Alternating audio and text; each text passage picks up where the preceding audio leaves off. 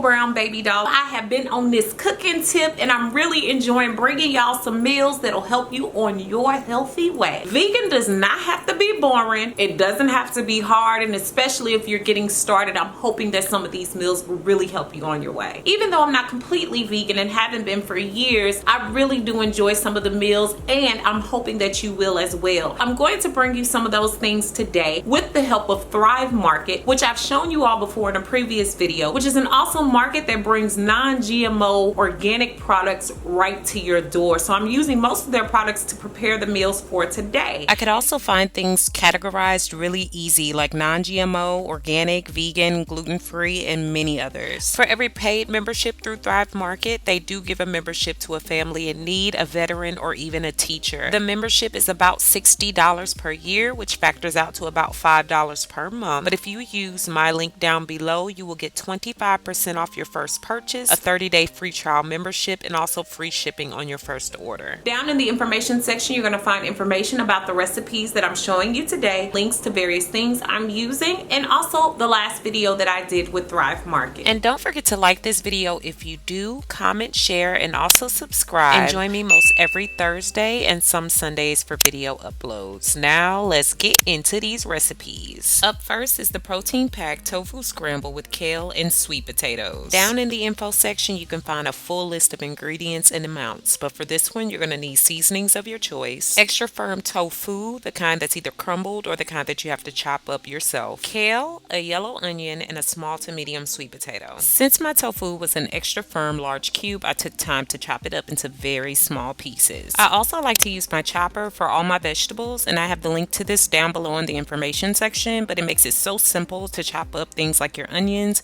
You can also choose to do your potatoes if you would like, but you can cut the potatoes by hand as well. I then add my chopped potatoes to a skillet, and then I cover them with water. I also let those simmer for a while and cook down and soften. You don't want them too soft because you don't want them to get mushy, but just enough to be soft enough for you to eat. You'll then take a little bit of that canola oil and pour it over. Add in your onions for sauteing. I let that cook for a bit, and then I add in my tofu so it can begin sauteing as well. I make sure that everything to this point is mixed in very well. And then take all of your spices and then pour them over top of your mixture. I take the time to make sure that it coats all of the mixture well because you want your tofu to take on the seasonings you put in.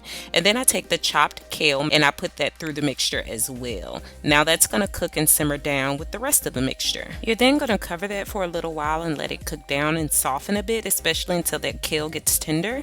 And there you have it. I sometimes have this one for breakfast, lunch, and dinner because it's so good. This next one is my version of the homemade 10-minute hummus, which you'll need for the next two recipes. You'll need specific seasonings, all listed in the information section, extra virgin olive oil, fresh lemon juice, a few garlic cloves, a little bit of avocado if you want, and well-rinsed chickpeas or garbanzo beans. This is so easy because there's really no order to dumping things into your blender or into your food processor, whichever one you feel like will blend it down the best. But I just literally pour everything in and then I let everything blend down until it's good and smooth, including the seasonings. Now if it gets a little dry, you can add in just a little bit more of olive oil and it'll help it smooth out better. Next up is my version of the sweet potato, chickpea, and quinoa veggie burger with hummus. For the veggie patties, you'll need all these spices: parsley, extra virgin olive oil, barley, quinoa, whole wheat flour, and also garbanzo beans, and a sweet potato that has been cleaned really well and baked.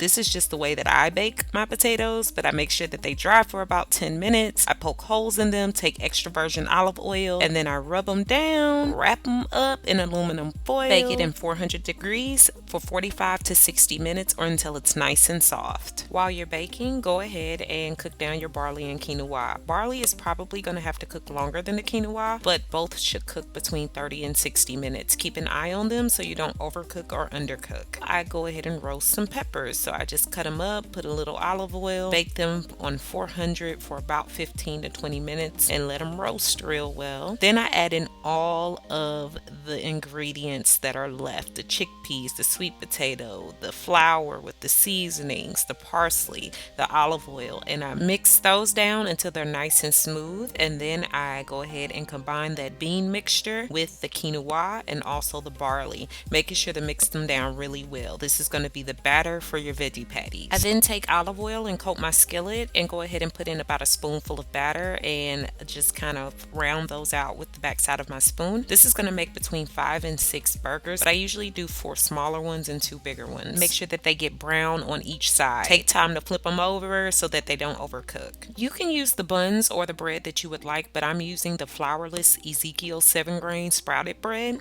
and then I just toast it. I place my patty on my roasted red peppers and also any other toppings I like. Like I like power greens, arugula, spinach, all of that. Oh my god, y'all, it's so good. And spread yourself a little hummus on the bread. I only put it on one side and you're ready to go. It is so good. This is for my folks that are always on the go and want that quick vegan fix. This is a simple veggie and hummus sandwich. For this one, you'll need that bread of your choice again, some shredded carrots, your homemade hummus, tomatoes, avocado, cucumber, and power greens of your choice. You'll cut your cucumbers and tomatoes into very thin slices. Then spread your homemade hummus on both pieces of the toasted bread. And then you can go ahead and layer your veggies on both sides. I like to have my cucumbers on one side with my tomatoes and also my carrots on another side, but it's up to you. Don't forget your choice in power greens and also some yummy avocado. Oh my god, it makes it so much better. This sandwich might look basic, but it packs a lot of punch. It is delicious. It has a lot of nutrients and fiber, and baby, you gonna love that thing. Now this one has to be one of my favorites, and it is a vegan burrito bowl with cilantro rice. You're gonna start off with your rice first, so you're gonna need your cilantro, your lime, a little bit of sea salt, your sprouted brown rice, and a little bit of olive oil. I rinse my rice off before I cook it, and I add a little bit of olive oil to the water so that the rice doesn't stick. I aim for about 40 minutes for cooking and simmering my rice, but cook it to your liking. I just don't like mushy rice. I let it cool and I add in the lime and the cilantro. Mix it in, and that's all you need for your rice portion. And now we'll move into making a homemade salsa. So you'll need sea salt, a couple tomatoes, a lime, some jalapenos if you want, and also a red onion. Cut up your tomatoes, make sure they're in a size that you like. I like mine about that size.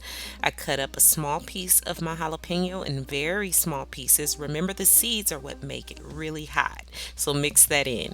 And then I chop up pieces of my red onion. From there, I mix it all together and put a little lime juice over it, and there you have your salsa. And now for the good stuff, your bowl filling. So you'll use some extra virgin olive oil, a little bit of sriracha if you want, chipotle chili powder or chipotle powder and chili powder, a little avocado if you want, the extra firm tofu, and I just cut it into cubes, canned black beans, and canned corn. So in a pan, I combine the extra virgin olive oil and a little bit of the corn, because all I'm going to do is brown it with a little bit of the seasoning on top. I then do the same thing with my tofu, pouring it over the extra virgin olive oil, pouring over my seasonings, curry powder, the chipotle powder, and I let it brown. Finally is layering your bowl. So I add the rice to the bottom, the beans, the tofu, then the corn, and I put the salsa on top, and you are done. Y'all, I was so hungry, I dogged this bowl down and forgot about the avocados. Just delicious. Last up are the vegan chocolate almond protein bars. For these, you're going to use raw almonds, sea salt, cinnamon, rolled oats, some plant-based protein, maple syrup, and dairy-free chocolate chips. I first spray down my 8x8 cooking pan. I then use my food processor to blend down some of the almonds for the topping and set those aside. I blend down the rest of the almonds, and I usually try to blend those until they basically become almond butter, but this takes forever, so you have to be patient. And I pour in the rest of the ingredients, the rolled oats and everything else that needs to go into the batter.